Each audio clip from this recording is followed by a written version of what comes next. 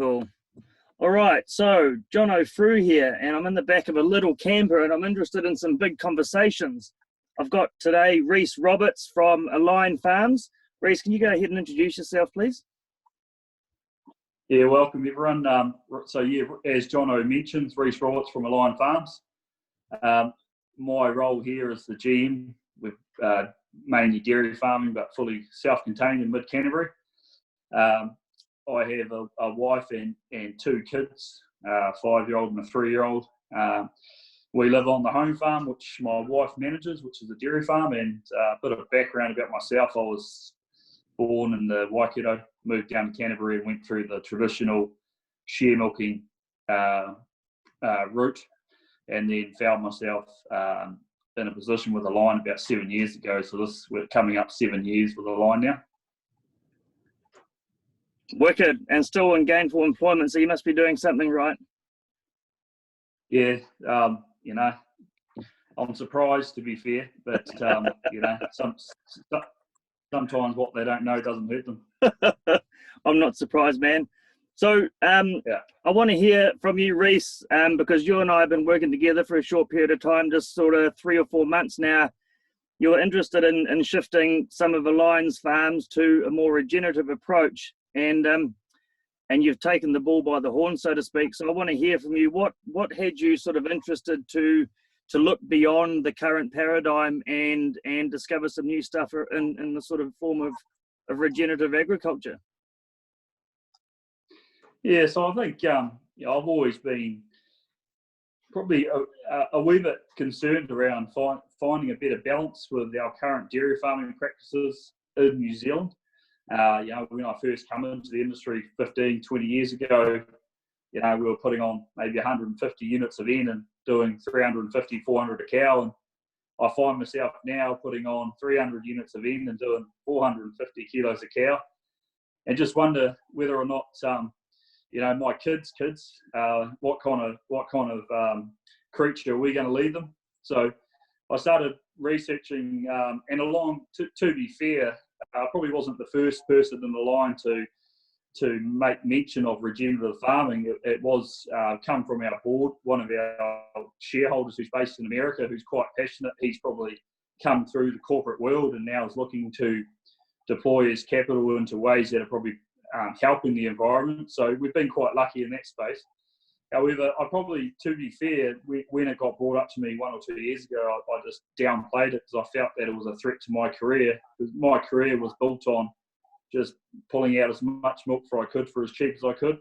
So I probably downplayed it for a year or so, just wasn't that interested. And then one day I just really sat down and decided that I do have an opportunity here to lead a business in New Zealand down a different track. So I thought, hey, I've got 2 options. I either throw a piece of letter to my employers saying that it's not for me, or I run with it. So I'm glad that I've decided to go with it, and we are enjoying it. But it's around probably finding a better balance. We started with trying to cut out some nitrogen in our business, and that probably kick-started it from there. And I always like proving my father wrong. He's a great man and a great farmer, and he always told me that there's no future in the past. And, Regen refutes that. There is future in the past. We've got to go and look back to what my grandparents did and their grandparents did, because in my view, if you look at, world health statistics, it's fairly obvious that how we're producing food now has potential causes to cause, dare I say it, health issues. So I'm quite passionate around food production. So yeah, I believe that Regen seriously refutes that there's no future in the past. There's a lot of optimism in the past. Yeah, man, I like it. And I especially like that you've come from that, heavily conventional mindset, and, you really had to grapple with letting go of what you used to see as the truth. And, now I see you sort of really open-minded and taking on this stuff like it's really exciting for you. Like, it seems like you're enjoying the transition or the process. Yeah, there's no shortage of enjoyment. So it's probably new, so there's always a honeymoon phase. When you pick up a new car, it's quite good for the first 5,000 Ks. But in saying that, you know, it's for us, I quite like the stimulation that comes with, you know, learning and, you know, an investment in education pays the greatest return at the end of the day. And that's what I like about regen farming is, you know, you can get out there and learn something every day. And it's, you know, I've been at a line for 7 years and I didn't even own a spade. You know, as a food producer, not owning a spade, not understanding what's underneath that soil, you know, when I look back now, it's quite disturbing, really. So, you know, just to go out there and buy your first spade and, you know, cradle it for a couple of days and dig that many holes, you almost get halfway to China. You know, that was quite exciting, and I've learned a lot. And my family's learning a lot. Like my kids, you know, my son Gus, who's 5, he's out in those regenerative, diverse paddocks. You know, he can tell us where the bees are, where the bees will go to find pollen. You know, that as a parent, you know, that's great. So, yeah, I'm all for it. I've seen some Don't photos, get me wrong, man. I still have it. Yeah, Yeah, man. don't get me wrong, I still understand yield and I still understand economics because, you know, that's, you know, I have that bent in me. That's my brothers have it. It's just who we are as people. However, I understand that, you know, yield and economics and profit doesn't have to come from solely yield-based thinking. I like the idea of vertically integrating, and that's what drives me now. Yeah. It's not all about the all going out. No. And I can relate No. all too well the never having owned a spade in my time as a farmer, and you know, it's amazing what you can discover with just a spade, and I think you'll agree with me now, it's one of the most vital tools on any farm. Oh yeah. No, my trusty orange spade is pretty passionate to me. It sits around in my utes every now and then, and yeah, I do certainly enjoy having it on board, and you can go dig up different crops, and you know, it serves handy when you get your truck stuck as well, which evidently I do sometimes. Yeah, I can rely on you for the honesty, Rhys. Well done. So you've been doing some stuff at a line. You've been playing with some diverse species, set up crops and pasture mixes and things.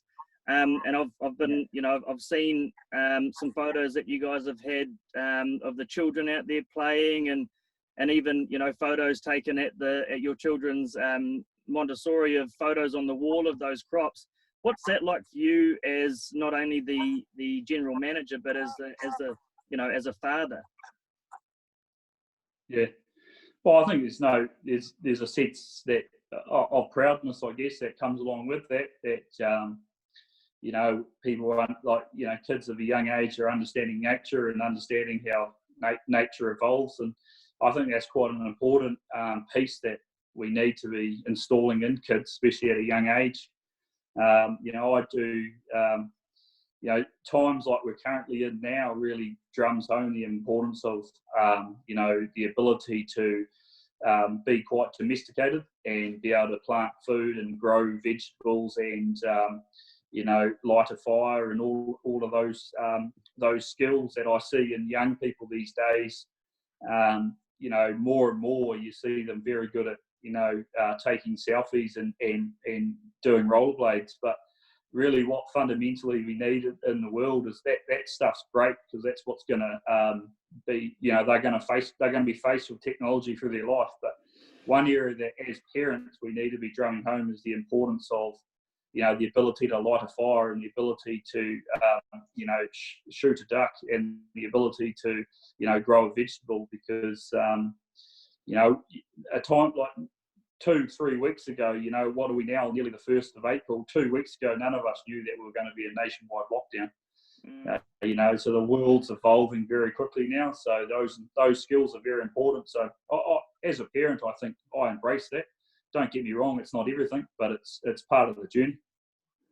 And I remember you saying to me one day, Rhys, the shift in especially your boy Gus's behaviour as to wanting to be out on the farm with you and engaging in certain things, and it must be something, you know, to have your son want to come out and hang out with you on the farm, because there's all this amazing stuff to look at. Yeah, no, I agree. It's that's been good. Like every time, you know, you want to go down the farm and have a look at the peas and have a look at the sunflowers and pick some sunflowers and take them home to mum, which, you know, I'm always rubbing mum up the wrong way, you know, like constantly. So it's always good to have the odd sunflower that you can bring home just to, you know, smooth over a bad event. Yeah, I've got a case of it's hereditary in my family. It's actually real of selective hearing. So I can manually turn my ears on and off.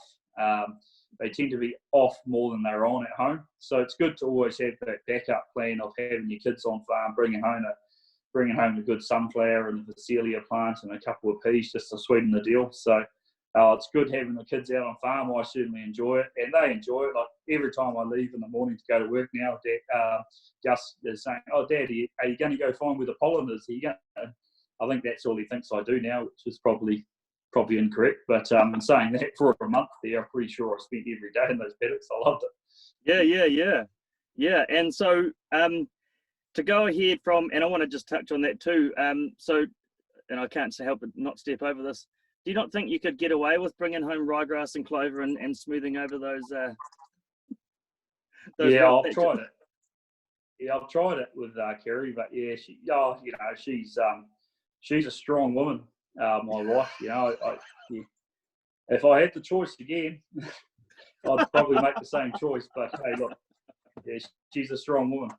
Yeah, she doesn't take a lot of cheek, to be fair. So no, I don't think that a standard, you know, even if it like when I was a dairy, right in the boots and all of commercial dairy farming, we used to talk about dairy porn. We used to send messages of, you know, great residuals to our friends, and we'd call it dairy porn. I didn't even think, you know, one of the best dairy porn photos I had would smooth carry over in a dark day. Nothing like a sunflower or a Phacelia plant. Nice.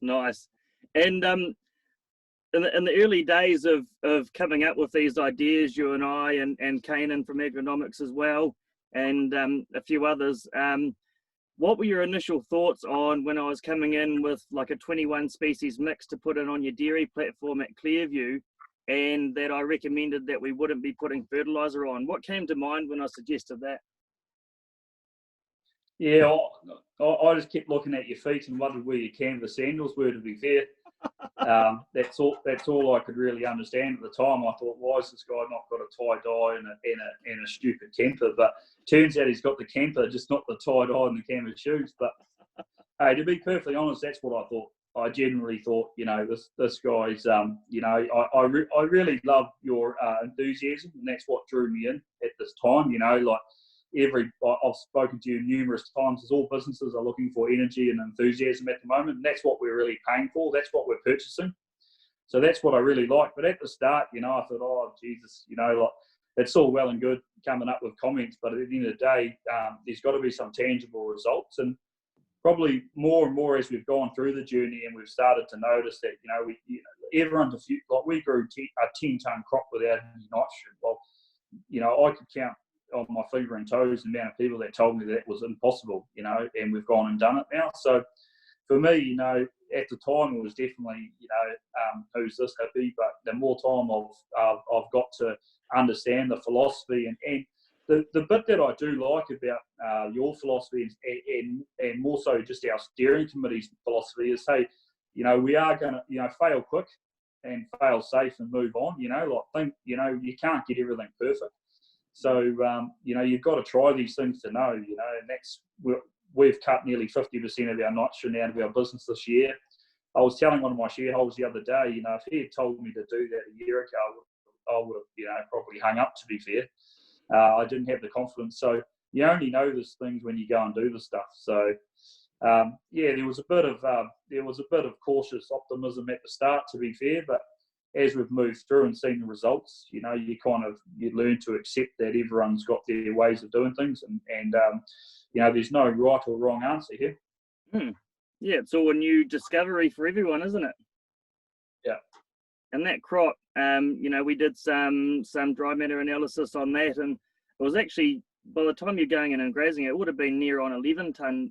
Would have, you know, it was 10.4 on the dry matter analysis, and you know, Kanan's gone out and done some sampling of some herbages amongst the species, and I was thinking maybe you want to touch on some of the findings. You don't have to be specific, but some interesting findings there among the herbages. Yeah, well, I think probably the key finding that we are noticing is that with your predominant pasture and clover mix, we're not really capturing as much minerals as what we are with the diversity. So we've done some mineral sampling on our diverse crops, and we've seen, some significant improvements in what we're actually punching down into the soil and bringing it up. So, I look at our business, we're spending close to $100,000 a year bringing in minerals into our cows. If we can start adding diversity to our plants and actually bring that up from the soil and utilising symbiosis, $100,000 out of our business, you're cutting a fair amount of farm working expenses out. So that's probably the key finding we've found. Like, not only are we growing the dry matter, we're actually seeing some significant changes in how what's holding on to magnesium, what's bringing calcium up, what's bringing phosphorus up. Yeah. And I believe with the diversity, you're allowing the cows to go in there and selectively choose what they want. So it'd be a great story if we could, cut 80 or 90% of our mineral expense out of our business just by adding diversity. Well, that's a great story in my view. And the cows can self-regulate. So if they're short on calcium, they might like the beech. If they're short on phosphorus, they might go for the Phacelia. There's different options that they can choose, and it's all at their disposal. So that's the big finding so far. Cool, man. Cool. And how have you found the animals' performance as far as a reflection of this discussion just now? Yeah, for us, we're not seeing any negative effects. If anything, one of the beauties is we've been able to push our round lengths out, so we've been able to better feed our cows through, that mid to coming into late lactation. So that for us has been quite a plus. Supplement use is a big cost on farms. But one thing we are starting to really notice is that coat difference between our farms is quite significant. So on our cows that are getting access to the diverse coats, diverse mixes, their coats are a lot shinier than our farms that aren't. So that would give me the impression that, they are quite balanced in their minerals, and they're able to come in there and select what they need. So at this stage, we're not seeing any negative effects. Next year, when we get going, we're going to have one herd solely on diverse, one herd solely on the other half of our farm that's still in the commercial dairy farm sense. Then we can start splitting milk tanks and managing fertility rates and mineral rates in mastitis cases. And then we can start showcasing that data to the wider community and showing some leadership in that space. And hey, look, we've it's very hard to get everything right. You can't have the top producing herd in New Zealand and the top 6 week in calf rate. They don't go hand in hand. So you've got to have trade-offs. So for us, it's around understanding what our trade-offs are. What do we really want to achieve out of this? And that comes down to, setting those firm values at the start and understanding what is our end game plan. For us, it's around climbing the value chain. So it's not around yield. It's not around, just extracting the most out of these farms. It's finding a balance. And that's both from a lifestyle perspective and also from a cow's perspective, environmental. So if we can find a simpler way of farming to give our guys more and girls more time out there in the communities riding their horses and biking their bikes, that's a great story for us as a business. For sure, man. We talk about ESG, so it's around the environment, social and governance of our business and making sure we get that right first, and then it flows from there. Cool, man. And it's been a privilege of mine to watch that develop in amongst your team and also the community. So I know for a fact I've been past Clearview and seen buses lighting up outside those paddocks. What's the response been like in amongst the community to a line's shift in trajectory? Well, there's been no short of interest, but that's been probably matched with a fair level of scepticism, to be perfectly honest with you.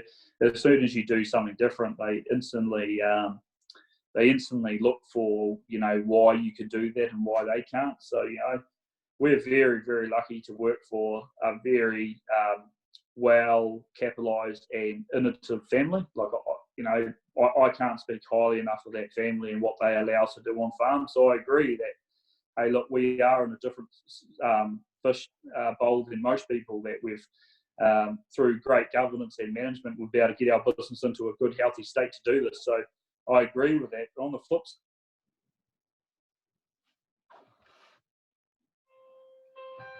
from the threatening comments and the threatening ideas and the, actually building trust with these people, I've found that, that's when we've had the greatest upgain. Like I've found in the communities that everyone's got a solution for a problem for every solution. So, as soon as you offer a solution, there's always a problem that comes along with it.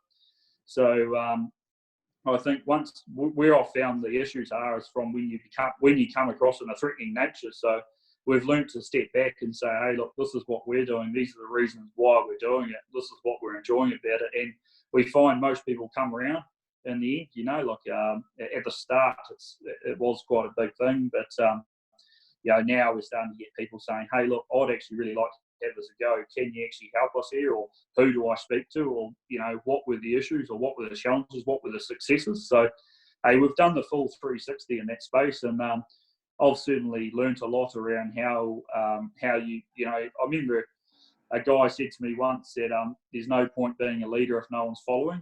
And that's probably what we were doing as a business, is we were just tearing off, and we didn't care about anyone's thoughts. We were just, we're on a mission, and we don't care what you think.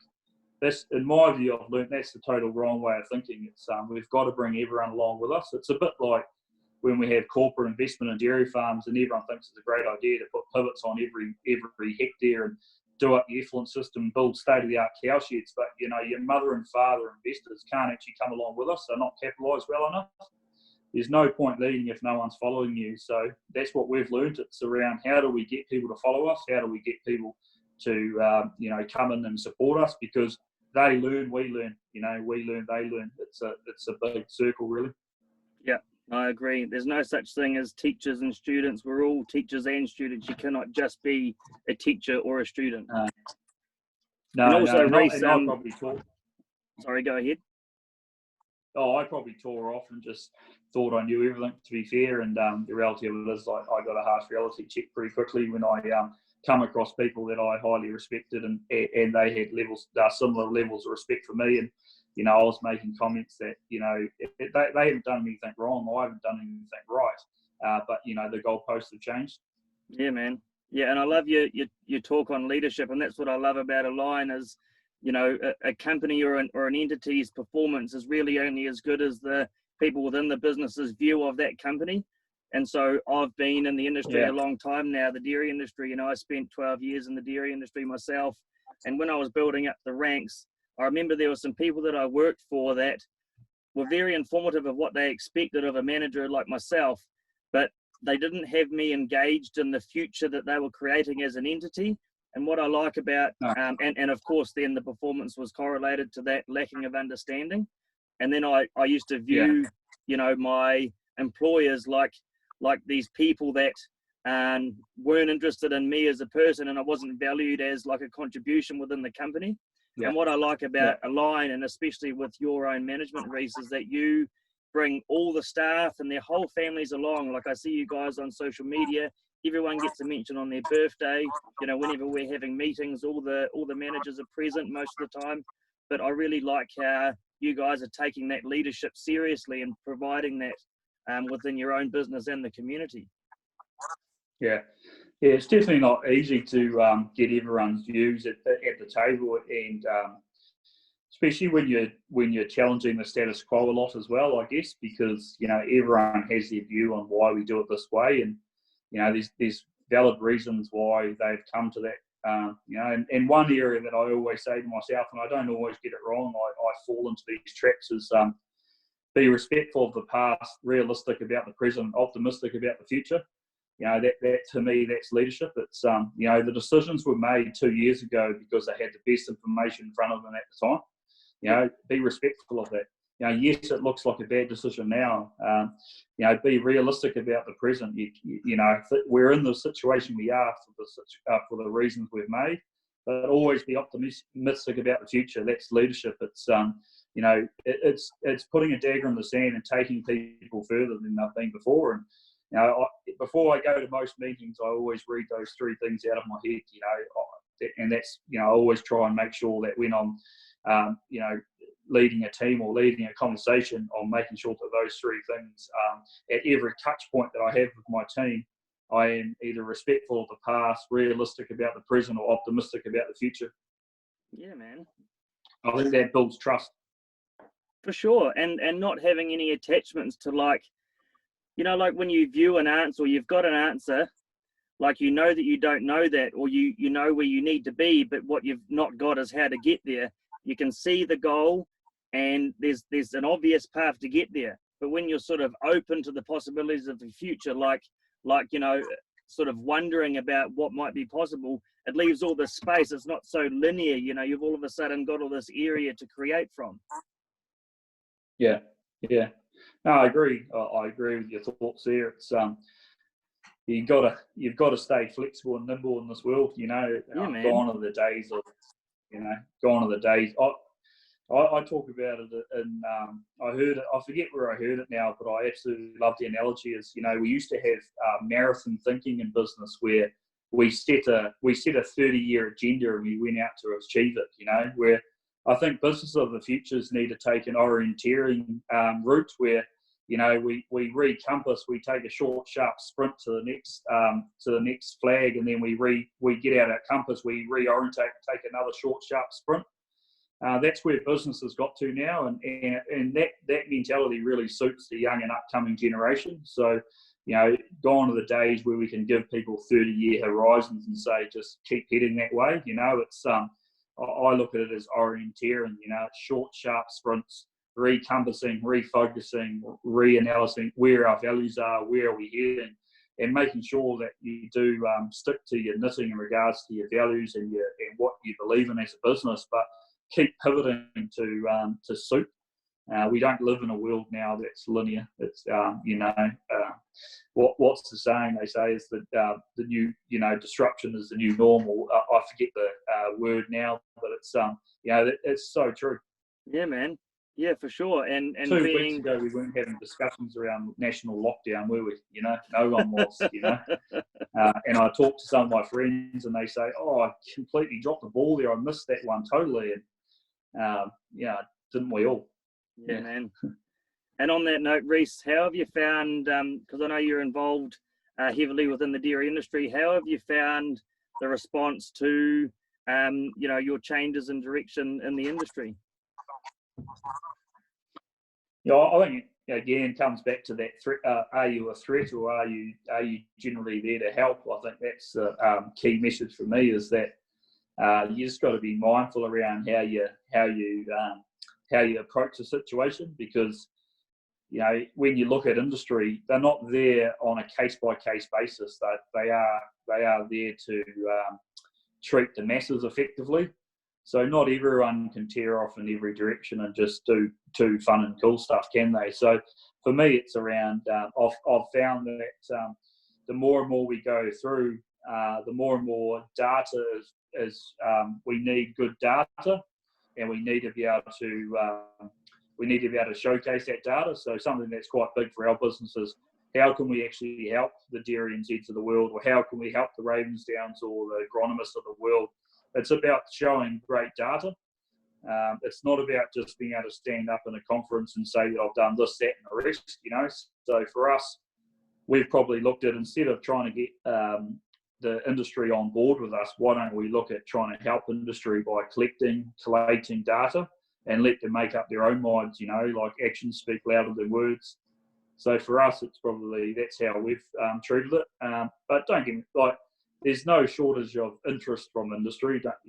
Everyone's interested in something new, but at the end of the day, they do cater for the masses. So, for me, once we get data that shows that, we can compete with the best from a profitability, from an environmental, from a social aspect, I think that's when they'll really stand up and take notice. So for us, it's around just collating data. So that's probably a big push for us in the next 12 months, is actually, setting some capital aside to collect and collate data, and showcase that to the industry. Cool, man. Cool. And Rhys, for anyone that's watching that might be sort of on the fence a little bit about, you know, diving into this thing, or they might just have their toes in and they're sort of hearing a bit about regenerative agriculture or new ways of farming, but aren't quite sure how to go about it, what would be some key points that that you could offer to these people as far as, you know, going on and jumping in? Well, I think it's about putting the support around you that you need, because you can't, like no farmer's an expert in this space. You know, we're great at 1,500 residuals, and we're great at, 70% 6-week calf rates. We can do all that stuff. You know, we understand it, but this is different. So for me, I put a steering committee together. There was 4 of us that sat on that steering committee, and we met up and decided on a way forward, and that worked really well for me. So for me, it's around putting good people around you, surround yourself with like-minded individuals and people that genuinely want to help. That's probably the first point of call. Once you've got those support people, you'd be surprised how quickly things move, because you start feeling a level of comfort.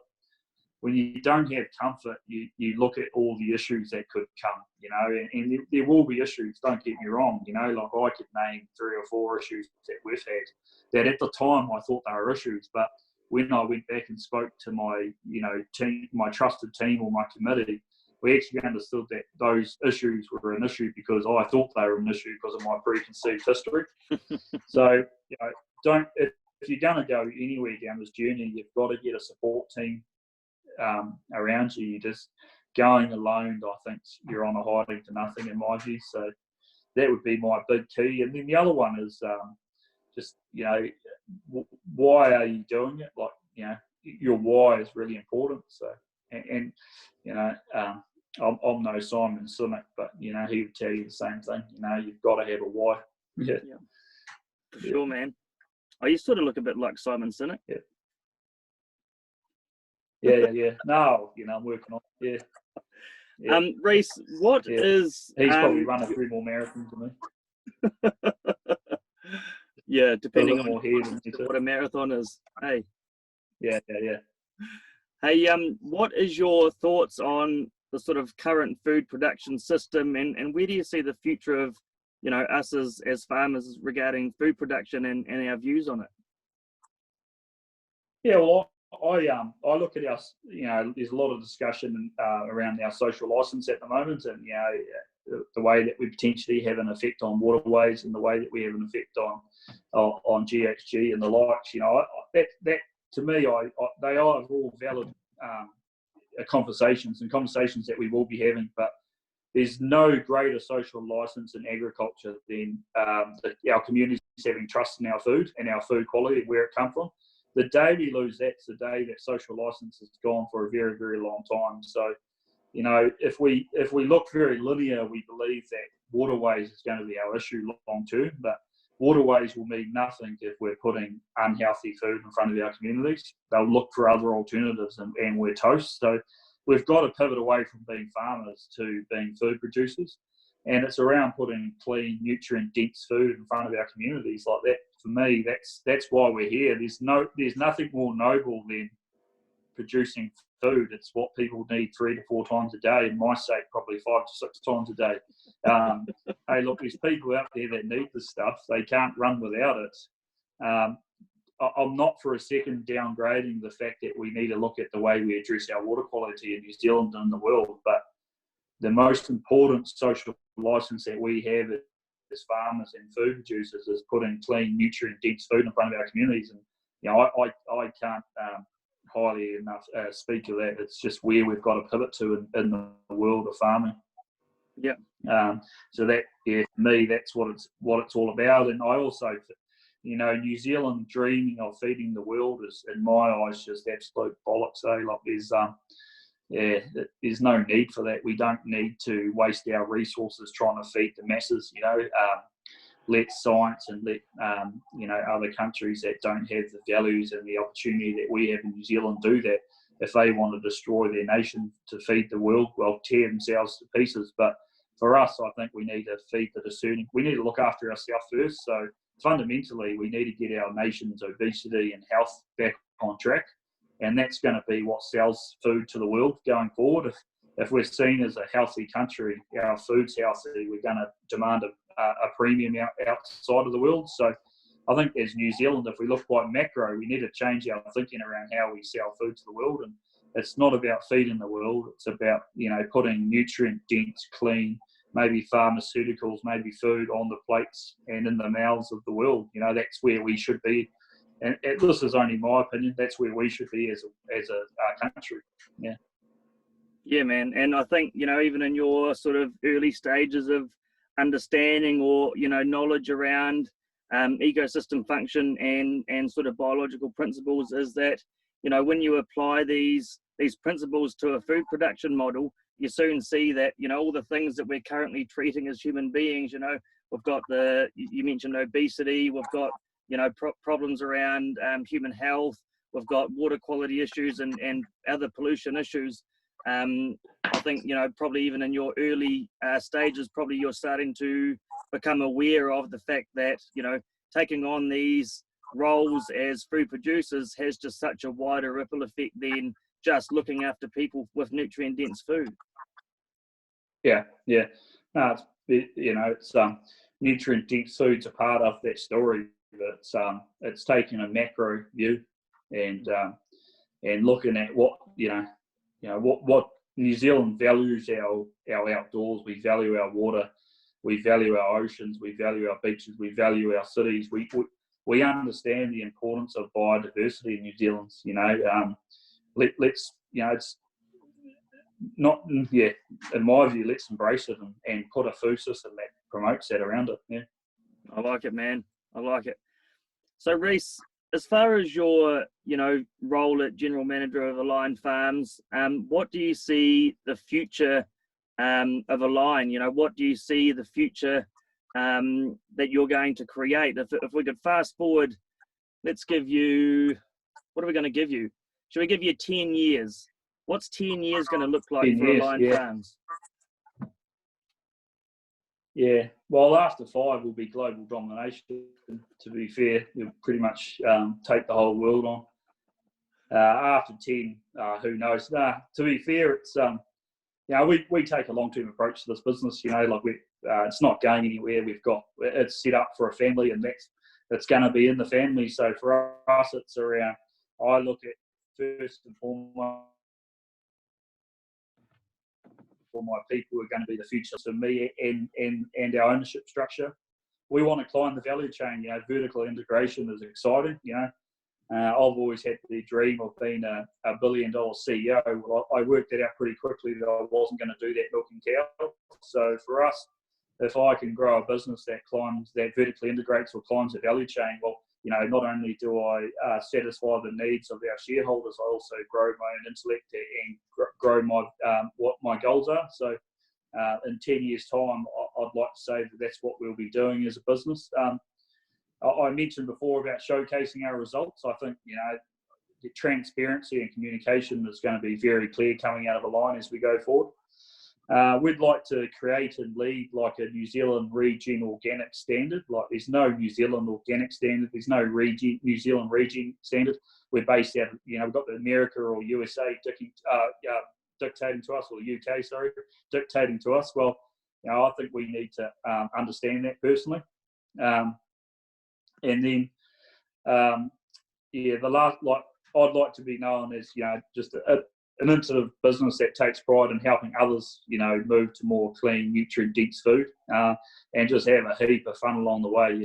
Life's way too short. It's all, it's not all about corporate suites and big offices around here. It's all about having fun and driving 1994 RAV4s around farms. That's what really excites me, and that's what we want to be known for, is people that have fun and have success. Yeah.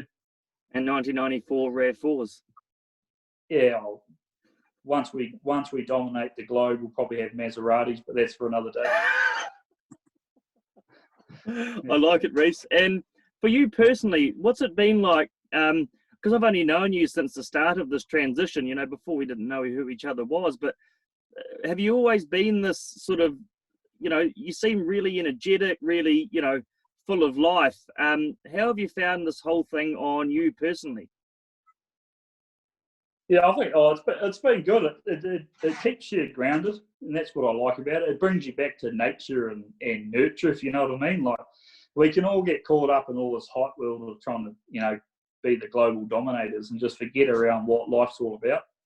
It's about, interacting with people and nature and Claire, one of our colleagues, she always says that, we're aligned with nature, and it's a bit of a cliche, but I really do like it, and that's what it's about, We've got to find a business that is aligned to nature. So that's what I've liked about it. It's brought a leveling to the game, we're not all about just capitalism and just take it all on. It's and that's, to be fair, where my mentality was, 2 years ago, was just, how can I get to the top as quickly as I can? I wasn't too worried about who I was interfering with on the way. And I look back now and think, geez, that's pretty destructive to a lot of people, a lot of places. So that's what I've liked about it. It brings back family values. It brings back nature. It brings back that balance to farming, because you've got to leave. I've got to leave something for my kids, their kids. It's we can't just take it all now. And so that's what I like about the regenerative system is, and I'm having conversations with people that 12 months ago were they were a lot different. They were all about me trying to justify why we do what we do as a farmer. Now we're having conversations around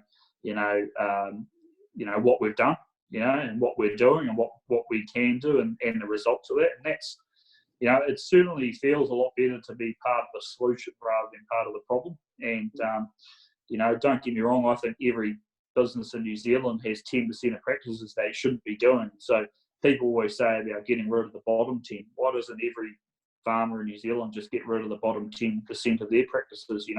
There's stuff that we've done and still do that potentially we shouldn't be doing. So it's all around making sure you're challenging the status quo.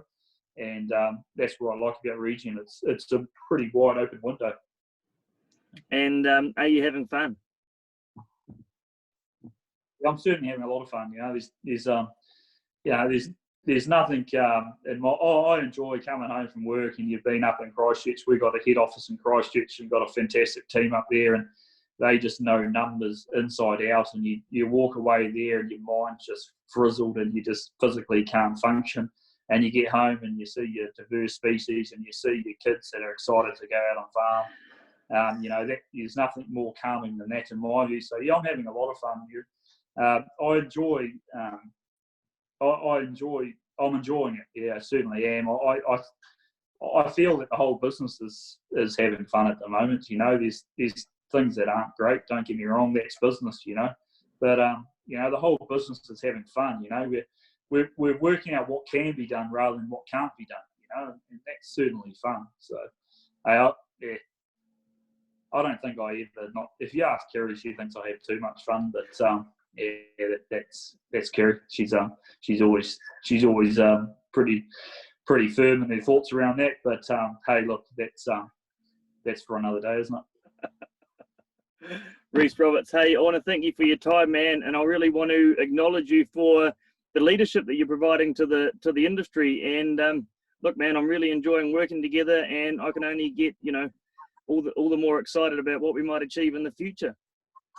Yeah, no, thanks, Jono. We certainly appreciate your enthusiasm, energy, and knowledge base. It's going a long way, and we appreciate the opportunity to work alongside yourself as well, and with our own trusted parties. It's been a good synergy, and we love the journey. And yeah, let's keep fighting the good fights. Awesome, man. Well, you've deflowered me as far as being my first regarding an online webinar. How does it feel? Yeah. Hopefully we don't create a kid, because your hair and my hair probably they won't know what to do. Should be a fairly confused kid. So, yeah. Hey, good-looking kids. Come on. Hey, you wouldn't rule that out with my genetics, yeah. Rhys Roberts, thanks very much. Humble as well, John. Oh, of course, man. Of course. Hey, Yeah. I really thank you for your Yeah, time, no. man. And we'll catch No, up again thank you. soon. Yeah, likewise. Thank you.